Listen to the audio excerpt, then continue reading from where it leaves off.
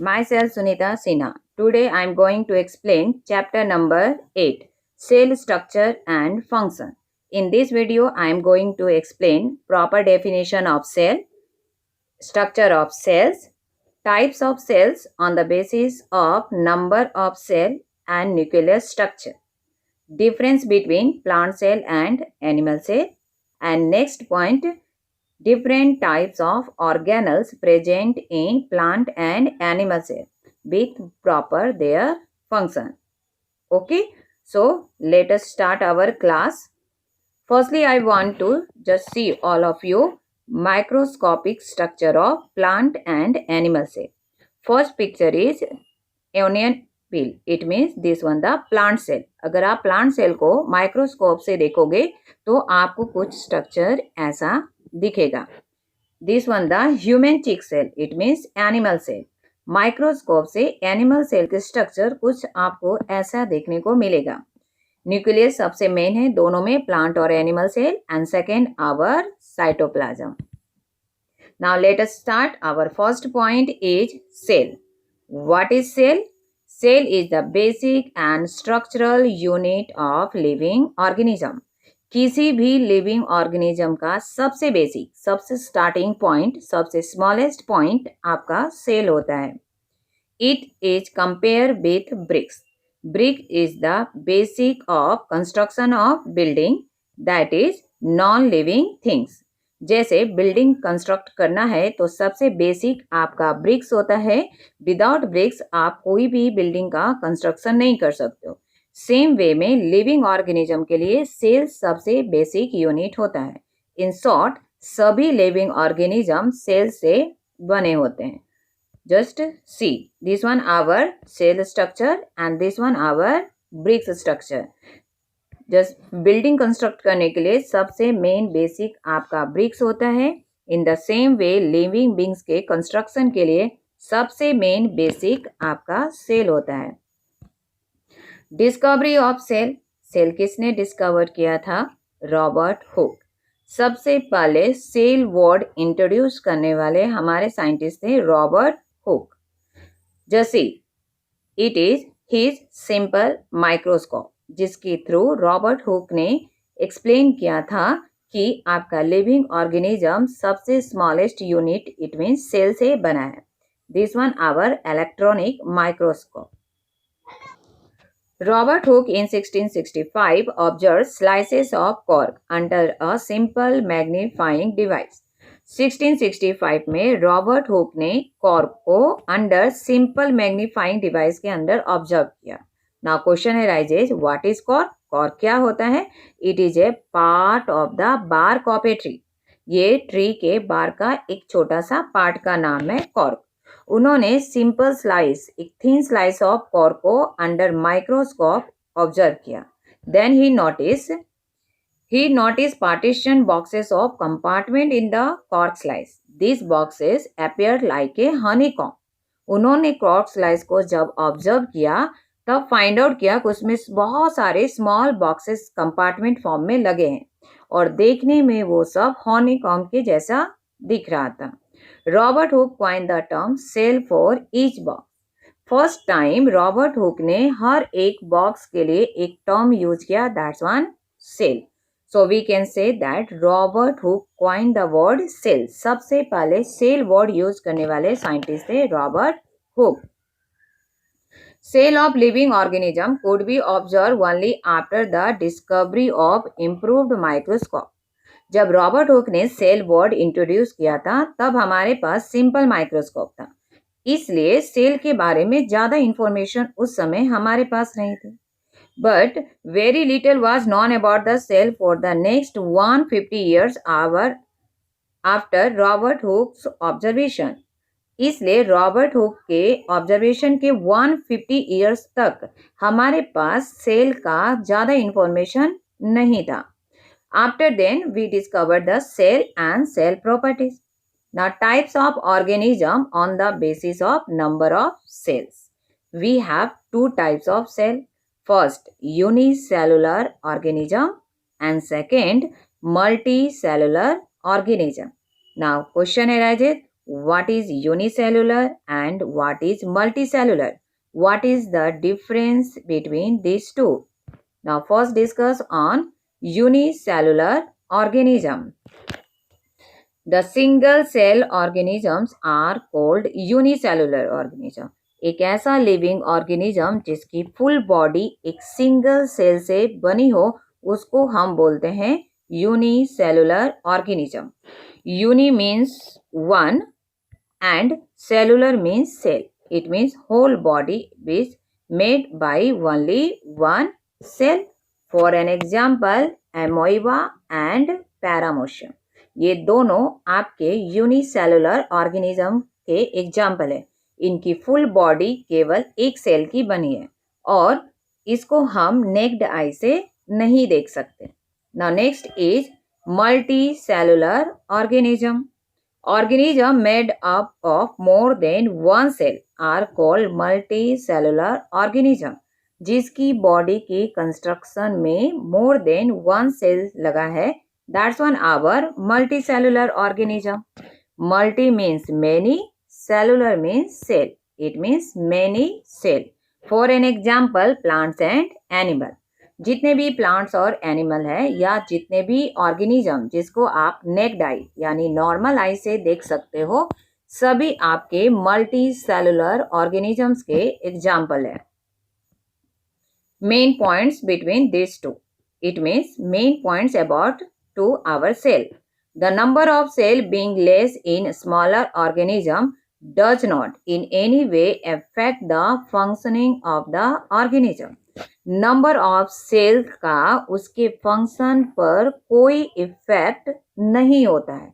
It means आपकी body one cell से बनी हो, more than one, 50 cells, like million of cell, billion of cell, मगर सभी सेल का पर्टिकुलर फंक्शन होता है और वो बॉडी कंप्लीट फंक्शन करती है.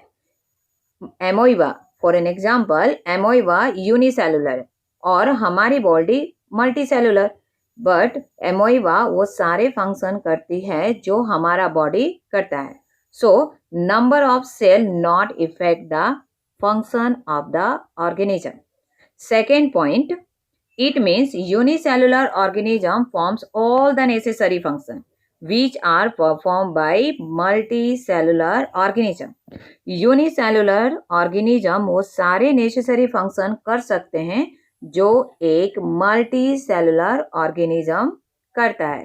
Now next point, the size of the cell has no relation with the size of body of animal और प्लांट. एनिमल और प्लांट के साइज पर नंबर ऑफ सेल या साइज ऑफ सेल डिपेंड नहीं करता है. The size of the cell is related to its function. Size animal की size of body पे नहीं, उसके फंक्शन पर डिपेंड करती है. Okay, be careful. कोई भी एनिमल बड़ा है तो उसके सारे सेल की साइज बड़ी होगी, ये कॉन्सेप्ट रॉन्ग है. जिस सेल का जैसा फंक्शन होगा उसका शेप एंड साइज वैसा ही डिफाइंड होगा. Okay. Nerve cell is the largest cell in animal. This one important for your MCQ. हमारे बॉडी में, इट मीन्स एनिमल बॉडी में सबसे लार्जेस्ट सेल, सबसे बड़ी साइज का सेल नर्व सेल है जो अप्रोक्सीमेटली 1 मीटर लॉन्ग तक होता है. The size of the cell has no relation with the size of body of the animal or plant. It is necessary that cells in the elephant be much bigger than those in a rat. अभी हमने concept पढ़ा कि size of cell आपके size of body of animal या plant पर depend नहीं करता है. फॉर एन एग्जाम्पल एलिफेंट और रेट. तो एलिफेंट की साइज ऑफ बॉडी बिगर है तो क्या उसका सेल भी बिगर होगा? No. The size of the cell is related to its function. For an example, nerve cell both in elephant and rat are long and branch. Elephant और rat दोनों का nerve cell same size का और same branched way pattern होगा. Okay, they perform the same function that of transferring messages. दोनों में nerve cell का एक ही फंक्शन होगा, to transfer the message from one parts of body to the brain and from brain to the other parts of body. इस example से clear है कि एनिमल चाहे जितना भी बड़ा हो, उसकी कंपेयर हम साइज ऑफ सेल से नहीं कर सकते। Now next, the smallest cell is 0.1 to 0.5 micrometer, that is bacteria. सबसे smallest cell हमारा this one 0.1 to 0.5 micrometer का होता है। For an example है बैक्टीरिया। और सबसे लार्जेस्ट सेल हमारे पास है 170 millimeter to 130 millimeter. That's on the egg of ostrich. Just see in the diagram. Now next. In fact, amoeba has no definite shape unlike other organism. अभी आप पढ़ोगे कि हर सेल का शेप और साइज अलग अलग होता है। हमने स्टार्टिंग में ही पढ़ा unicellular and multicellular. Number of cell से किसी का फंक्शन डिसाइड नहीं कर सकते। जो मल्टी सेलुलर ऑर्गेनिज्म काम करता है वो सारे आपके यूनिसेलुलर ऑर्गेनिज्म करते हैं। ये हमने लास्ट स्लाइड में देखा। इसका बेस्ट एग्जाम्पल है आपका एमोइबा। एमोइबा का शेप डिफाइनाइट भी नहीं होता, ठीक है। एमोइबा ईच एंड एवरी टाइम अपना शेप चेंज करता रहता है। Okay. Observe the projection of varying length protruding out of its body. These are called pseudopodia. Pseudo means false, podia means fit. एमोइबा अपना काम करने के लिए अपनी बॉडी में से एक फॉल्स फीट को प्रोड्यूस करता है, जिसको हम बोलते हैं सूडोपोडिया। ये प्रोजेक्शन वो अपने फूड को कैच करने के लिए यूज करता है। जब आप उसका फूड यहाँ पे होगा तो इस टाइप की प्रोजेक्शन प्रोड्यूस होता है।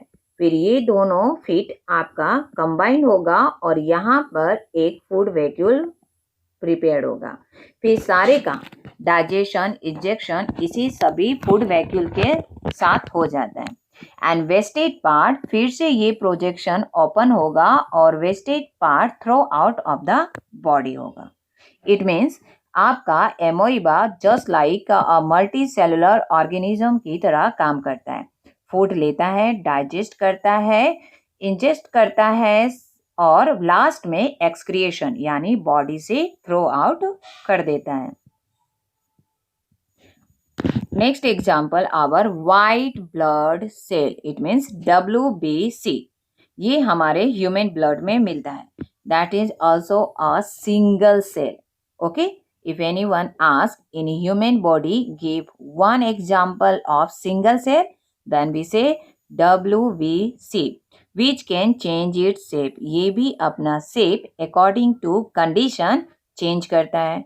WBC आप लोग को पता होगा, it is known as fighter from the disease। ये हमारे डिजीज सेल, जो डिजीज आपके बाहर के सेल अंदर आते हैं जिससे के कारण आपकी बॉडी को डिजीज होता है, वो से आपका WBC फाइट करता है। This one also known as fighter cell, this one our army cell. But while WBC is a cell, amoeba is a full fledge organism capable of independent existence. अभी हमने देखा एमोइबा एक सिंगल सेल से बना है, but वो किसी पे डिपेंड नहीं है, वो इंडिपेंडेंटली एग्जिस्टेंस कर सकता है। मगर हमारा WBC सिंगल सेल है पर इंडिपेंडेंट नहीं है। Next is shape of cell. कितने टाइप के शेप होते हैं? Then we have the different types of cell. Round cell, spindle cell, oval, elongated, cylindrical, irregular, etc. For an example, just see in figure. Number A. A is a spherical cell and this represent our RBC, red blood cell. Second, spindle और spindle cell, जैसे spindle shape जिसका दोनों end sharp होता है, देखो this two, and middle part broad होगा. This one the example of our muscle cell. And long branch cell, this one it is the our nerve cell. Okay, so we have the different shape of cell. Tissue. A group of similar cells performing a specific function is known as tissue. Simple language में आप बोल सकते हो group of cell को हम बोलते हैं tissue. Second point is a group of tissue is known as organ. Tissue का ग्रुप बनाओगे तो हमको मिलेगा organ. In short, cell, group of cell is known as tissue, group of tissue organ, group of organ become organ system, and when group of organ system combine, then our multicellular body is completed. Okay, now next topic is cell structure. Cell structure is divided into two parts. अगर आप microscope से देखोगे overall simple language में cell structure को हम two parts में divide कर सकते हैं. First one known as cell membrane and second one is protoplasm. Now what is protoplasm? Protoplasm, the entire content of a living cell is known as protoplasm. Living cell, जितने भी आपके cell के अंदर living content है, अगर सबको मिला दें तब हमारा बन जाएगा protoplasm. Okay, it includes cytoplasm and nucleus. Protoplasm को अगर हम फिर से डिवाइड करें then we get two parts, cytoplasm and nucleus.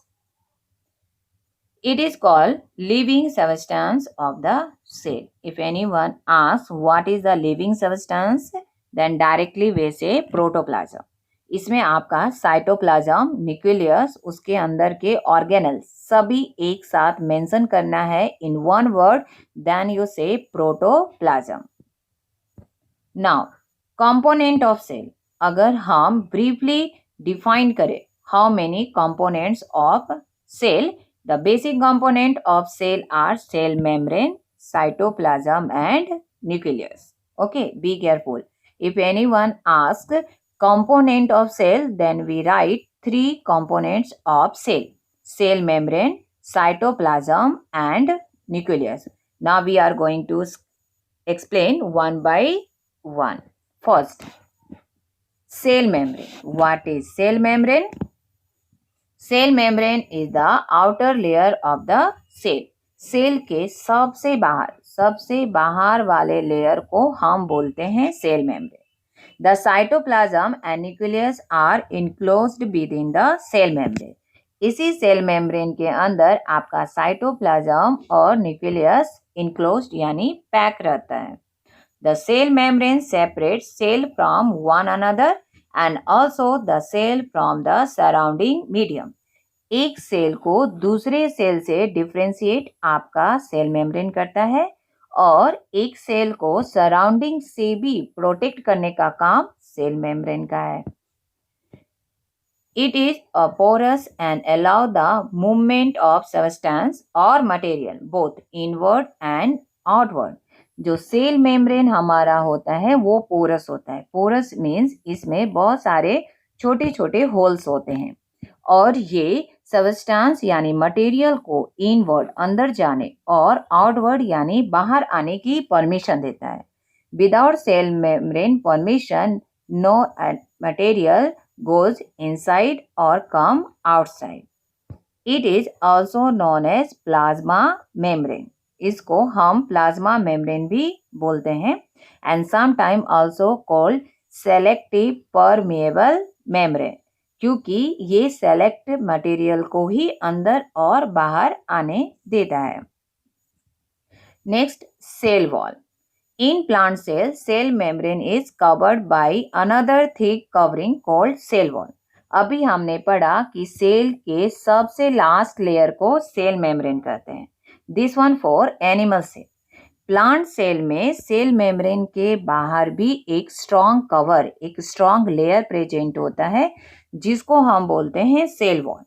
This additional layer surrounding the cell membrane is required for the. ये जो एडिशनल लेयर आपका प्लांट सेल में होता है वो प्रोटेक्शन फॉर द प्लांट होता है. किस किस चीज से प्रोटेक्शन आपका करेगा cell wall? against variation in temperature, high wind speed, atmospheric moisture, etc.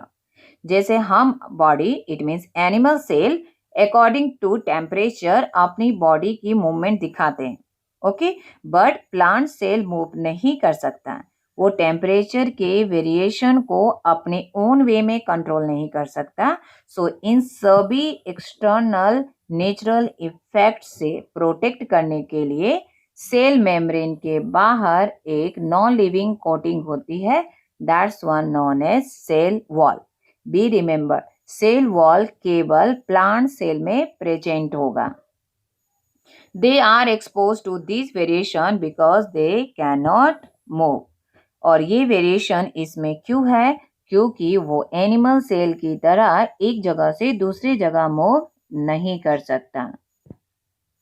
Just see in diagram, first layer, it means this one known as cell membrane. ये आपके प्लांट सेल और एनिमल सेल दोनों में होता है, but cell membrane के बाहर एक सेल वॉल होता है जो केवल आपके प्लांट सेल में प्रेजेंट होगा। Cytoplasm, what is cytoplasm? It is jelly-like substances present between the cell membrane and the nucleus. Suppose this one your cell membrane and in center have nucleus. तो cell membrane और nucleus के बीच में एक jelly like structure होती है, it means fluid like structure, जिसको हम बोलते हैं साइटोप्लाज्म। वेरियस अदर कंपोनेंट और organelles are present in it. Cytoplasm में और भी छोटे छोटे कंपोनेंट, जिसको साइंस में बोलते हैं ऑर्गेनल्स और सेल ऑर्गेनल्स, ये सब आपके इस साइटोप्लाज्म में प्रेजेंट रहते हैं। For an example, mitochondria, Golgi bodies, chloroplast, ribosome, vacuole etcetera, ये सब आपके सेल ऑर्गेनल्स के नाम है और ये सेल के अंदर साइटोप्लाज्म में प्रेजेंट रहते हैं। Now one by one we are going to explain all cell organelles with diagram. Just see in this one diagram, this represent plant cell, this one our animal cell, okay. तो कुछ organelles आपके common है, जैसे see mitochondria, okay, second one is Golgi apparatus, third one our nucleus, cell membrane, cytoplasm, okay. This one our rough and smooth endoplasmic reticulum. कुछ ऐसे organelles होते हैं, almost सभी ऑर्गेनल्स आपके प्लांट और एनिमल सेल में मैच होते हैं। एक हमारा है सेल वॉल जो केवल प्लांट सेल में होता है, एनिमल सेल में नहीं। सेकेंड है आपका प्लास्टिड जो मैं आगे स्लाइड में पढ़ाने वाली हूँ, ये प्लास्टिड भी आपका केवल प्लांट सेल में प्रेजेंट होता है, एनिमल सेल में नहीं, ओके। चलिए अब हम एक एक ऑर्गेनल्स के फंक्शन देखते हैं। फर्स्ट, गोल्गी एपार्टस और बॉडीज, ठीक है। Some ones have mention Golgi apparatus and somewhere present Golgi bodies. What is this? They are stacked membrane यानी flatted cisternae having fluid vesicles. In plant cell it is called as dicto या dictosomes. Just see in diagram. देखो ये हमारा Golgi apparatus का diagram है। This one known as stack, ये जो structure है, जैसे आप हनी अगर फॉल एंड डाउन करो तो आपकी स्ट्रक्चर कुछ ऐसे फॉल एंड डाउन होगी, that's one known as stacked membrane. और हर एक लेयर को हम बोलते हैं सिस्ट्रेनी, क्लियर। प्लांट सेल में इसी Golgi bodies it means Golgi apparatus को डाइक्टोजोम्स भी कहते हैं। Next our cell organelle is mitochondria. What is mitochondria? It produce energy in the form of ATP. ATP का फुल फॉर्म है एडिनोसाइन ट्राइफॉस्फेट। माइटोकॉन्ड्रिया में energy produce होता है, somewhere से it is energy currency. ATP को हम energy currency भी बोलते हैं। It is called as powerhouse of the cell. Be remember, mitochondria cell को एनर्जी प्रोड्यूस करता है, it means power. So mitochondria is known as power house of the cell. Its cavity is filled with matrix containing DNA, Okay, DNA and ribosome. Just see in diagram, ये आपका folded structure है। Clear? और इन सारे folded structure में आपके matrix बने हैं, network like structure, जो क्या रखता है आपका DNA and ribosomes. Next organelle is plastid. Plastid क्या है? It present in only plant cell. It is known as color body which is present in cytoplasm. Plastid आपका कलर बॉडी होता है जो प्लांट को डिफरेंट डिफरेंट कलर प्रोड्यूस करता है। It provides colour of flower, stem, leaves etcetera. Flower का colour या leaves का ग्रीन कलर, स्टेम का ग्रीन और ब्राउन कलर, ये सब आपके प्लास्टिड ऑर्गेनल्स के कारण होता है। आपके सिलेबस में केवल ग्रीन प्लास्टिड के बारे में इंफॉर्मेशन गिवन आउट है। So green plastid, green colour plastid को हम बोलते हैं chloroplast. Just see in the diagram, it represent our chloroplast. Chloroplast के दो मेम्ब्रेन होते हैं, इनर मेम्ब्रेन और आउटर मेम्ब्रेन। इसमें आपके ग्रेनियम, ये जस्ट सी, ये जो स्लैग लाइक है उसको हम बोलते हैं ग्रेनियम, और ये जो ग्रीन बेस है इसको बोलते हैं stroma. It provide green colour to leaves. Leaves का कलर ग्रीन होता है due to presence of chloroplast. इसके अलावा भी हमारे पास दो प्लास्टिड है जो आपके सिलेबस में मेंशन नहीं है, but here I going to explain. First known as chromoplast. ठीक है, क्लोरोप्लास्ट के बाद आता है आपका chromoplast. It is a different of colour plastid, जो फ्लावर के कलर आपके रेड, येलो, पिंक, पर्पल, ये सब आपके क्रोमोप्लास्ट के कारण होता है। And third one have leucoplast. Leucoplast आपका कलरलेस प्लास्टिड है। क्लियर? इसमें कोई कलर प्रेजेंट नहीं होता। ये लीफ को फूड स्टोर करने में हेल्प करता है। Simple you say leucoplast is storage of food. Okay. Now next plastid is vacuole. Vacuole कैसा होता है? Just see in diagram. It is a diagram of vacuole. It provide turgidity and rigidity. Plant को turgidity and rigidity, turgidity and rigidity का मतलब strong. जैसे आप plant को pinch करो या फिंगर से आप केबल टिक टिक करोगे तो आपकी प्लांट का शेप चेंज नहीं होगा और वो अपनी जगह से मूव भी नहीं करता है। That's one known as turgidity and rigidity. Okay, they store substances. इसका काम है आपके फूड को स्टोर करना। Sometime it also store minerals. In plant cell have large in size but in animal cell have very small in size. ठीक है, vacuole आपके plant और एनिमल सेल दोनों में प्रेजेंट होता है, बट प्लांट सेल में ये काफी लार्ज इन साइज होता है। सम प्लांट में ये आपके सेल के कम से कम 90% सेल को स्पेस को ऑक्यूपाई करता है। और न्यूक्लियस को भी देखो बाउंड्री की साइड, और अदर ऑर्गेनल्स को देखो सारे को बाउंड्री के साइड पुश आउट करता है। जबकि एनिमल सेल में स्टार्टिंग में इसकी साइज थोड़ी होती है, बट जैसे जैसे आपका एनिमल ग्रोन अप होता है उसकी साइज स्मॉल और स्मॉलर होते जाती है। Next, nuclear. It is a very important part of our cell organelle. It is the center part of cell body. It is an important component in the cell. It is generally spherical in shape. Nucleus का shape कैसा होता है? Spherical, और ये आपका centre of the cell होता है। Just see in diagram, it is our nucleus. ये जो स्ट्रक्चर है आपका उसको बोलते हैं एंडोप्लाज्मिक रेटिकुलम। ठीक है, जो न्यूक्लियस के अंदर आपका है मटेरियल उसको बोलते हैं न्यूक्लियस। ये आपका जैसे साइटोप्लाज्म होता है उसी तरह न्यूक्लियस और अदर मेम्ब्रेन के बीच में हमारा होता है न्यूक्लियोप्लाज्म। न्यूक्लियर पोर, जो आपके न्यूक्लियस से मटेरियल को अंदर और अंदर वाले मटेरियल को बाहर जाने की परमिशन देता है। ओके, ये अपने आप में एक complete structure of cell organelles और सेल कंपोनेंट्स है। Just see one by one. It consist of, main part of cell क्या होता है? Main part of nucleus. First is nuclear membrane, second nucleoplasm, nucleus and nuclear material. Just see, nucleus is separated from the cytoplasm by a membrane is called nuclear membrane।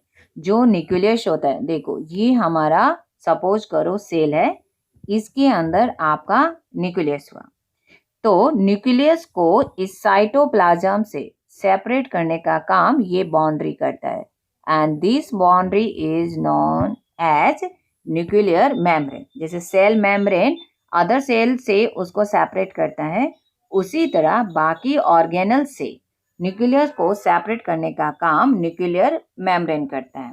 Nuclear membrane is also porous, ठीक है, ये भी आपका porous होता है और ये material को अंदर और बाहर जाने में हेल्प करता है।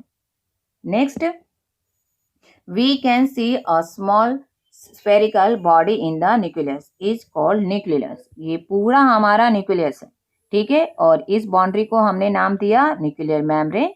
इसके अंदर भी आपका एक डार्क डॉट लाइक स्ट्रक्चर होगा, एक स्फेरिकल बॉडी प्रेजेंट होता है, that's one known as nucleus. In addition nucleus contain thread like structure called chromosome. Nucleus के अंदर आपके थ्रेड लाइक स्ट्रक्चर होते हैं जिसको बोलते हैं क्रोमोसोम। दिस कैरी, क्रोमोसोम के अंदर आपका डीएनए एंड राइबोसोम्स होता है, एंड डीएनए के अंदर होता है जीन, और समवन से क्रोमोसोम के अंदर होता है आपका जीन। जीन एक ऐसा स्मॉलेस्ट ऑर्गेनल है जो आपके कैरेक्टर को from parent to offspring, offspring का मतलब स्मॉल बेबी में ट्रांसफर होने में हेल्प करता है। जीन को हम इनहेरिटेंस भी बोलते हैं। इनहेरिटेंस का मतलब ऐसे कैरेक्टर जो पेरेंट्स से आपको गिफ्टेड मिले हैं। इट मीन्स आपका सपोज कर लो योर फेस लुक, हेयर, कुछ जैसे फादर के ग्रे हेयर होते हैं या मदर के, तो चिल्ड्रन के भी ऑटोमेटिकली ग्रे हेयर आ जाते हैं। क्लियर? किसी को अगर फादर को सिंगिंग का है या मदर को, तो चाइल्ड में वो कैरेक्टरिस्टिक अपने आप ट्रांसफर हो गया, देन वी से inherited character. Clear? And in सभी के लिए रिस्पॉन्सिबल है हमारा जीन। अब कंप्लीट इंफॉर्मेशन हम जीन के बारे में देखते हैं। Gene is a unit of inheritance in living organism. It control the transfer of hereditary. Hereditary मतलब दिस वन, ऐसा गिफ्ट जो आपको अपने एंसेस्टर यानी अपने पूर्वज से मिला है। ओके, तो ये आपके हेरिडिटरी कैरेक्टर को कंट्रोल करता है। ये आपके कैरेक्टर को पेरेंट्स से ऑफस्प्रिंग यानी बेबी में ट्रांसफर करता है। This means that your parent pass some of their characters on to you. कभी कभी पेरेंट्स के कुछ कैरेक्टर सेम टू सेम मिलते हैं, उनको सिखाना नहीं पड़ता, वो खुद कॉपी डाउन उनके बच्चों में दिखता है। जेरोक्स कॉपी, समटाइम आप बोल सकते हो कि कुछ बच्चे अपने पेरेंट्स के, मदर या फादर के जेरोक्स कॉपी दिखते हैं या उनकी कैरेक्टर उनमें ट्रांसफर हुई है, तो आप बोल सकते हो कि ये कैरेक्टर कैसे ट्रांसफर हुई है? Through gene. Now next, types of cell on the basis of development of nucleus. Starting में हमने टाइप्स ऑफ सेल पढ़ा था on the basis of number of cell. It means एक सेल से बॉडी बनी है, that is unicellular, and more than one cell से बनी है body, that's one multicellular. But nucleus के डेवलपमेंट पे भी हमारे पास टाइप्स ऑफ सेल है। First is prokaryotic cell, the cell having nuclear material without nuclear membrane. यानी न्यूक्लियस तो है but nuclear membrane, nuclear membrane क्या था? Again I say, suppose this one your cell membrane and this one your nucleus. तो nucleus को protect करने के लिए एक कवर होता है, दैट इज न्यूक्लियर मेम्ब्रेन। तो कुछ सेल में ये न्यूक्लियर मेम्ब्रेन एब्सेंट होता है। इट मीन्स प्रॉपर टाइप से आपका न्यूक्लियस अभी डेवलप नहीं हुआ, तब ऐसे सेल को हम बोलते हैं prokaryotic cell. The organism with this kind of cell are called prokaryotes. Cell को प्रोक्रायोटिक सेल बोलेंगे एंड ऑर्गेनिज्म को प्रोक्रायोट्स बोलेंगे. Example first prokaryotic means pro means primitive and karyo means nucleus, यानी जिसका न्यूक्लियस अभी प्रिमिटिव स्टेज पे यानी starting stage पे. आप इसकी कंपेयर एक स्मॉल बेबी चाइल्ड से कर सकते हो जो अभी अभी बॉर्न हुआ है, तो उनका ब्रेन अभी पूरी तरीके से डेवलप नहीं हो पाया. उसी तरह कुछ ऐसे सेल होते हैं जिसमें न्यूक्लियर मेम्ब्रेन एब्सेंट होता है. इन शॉर्ट आप बोल सकते हो कि उसका न्यूक्लियस वेल डेवलप नहीं है.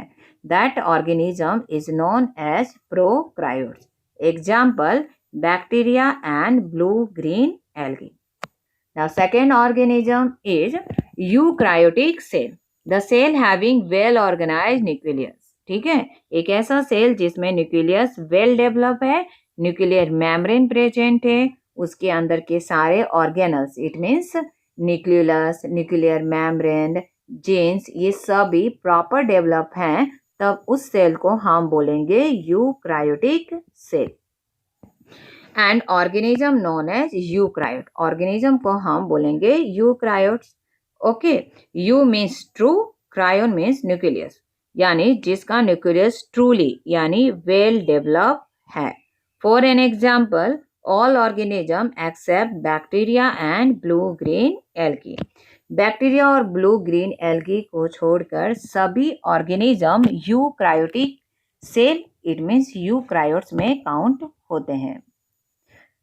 Now we compare our plant cell and animal cell. अभी तक हमने सारे ऑर्गेनल्स पढ़ लिए. अब एक बार कंपेयर करके देखते हैं. देखो, this one our plant cell and this one our animal cell. Okay, plant cell में देखो सेल मेम्ब्रेन है, एनिमल सेल में भी सेल मेम्ब्रेन है. वैक्यूल की साइज देखो, प्लांट सेल में वैक्यूल की साइज कम से कम 85 to 90% कवर अप करता है. ओके, और एनिमल सेल में देखो वैक्यूल की साइज बहुत स्मॉल है.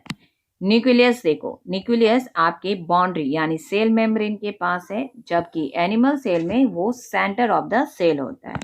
This liquid cytoplasm plant cell में भी है और एनिमल सेल में भी है. Okay, now we complete our this table as a comparison.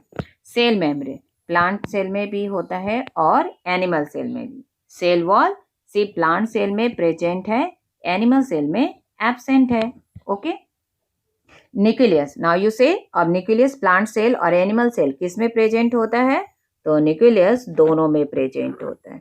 Nuclear membrane plant cell में भी होता है और एनिमल सेल में. Cytoplasm it also present in plant cell and animal cell. Plastid now you say plastid किस में present होगा? या राइट आंसर, केवल प्लांट सेल, एनिमल सेल में एब्सेंट होता है. वैक्यूल प्लांट सेल में भी और एनिमल सेल में, but you write down here in plant cell large in size और in animal small in size.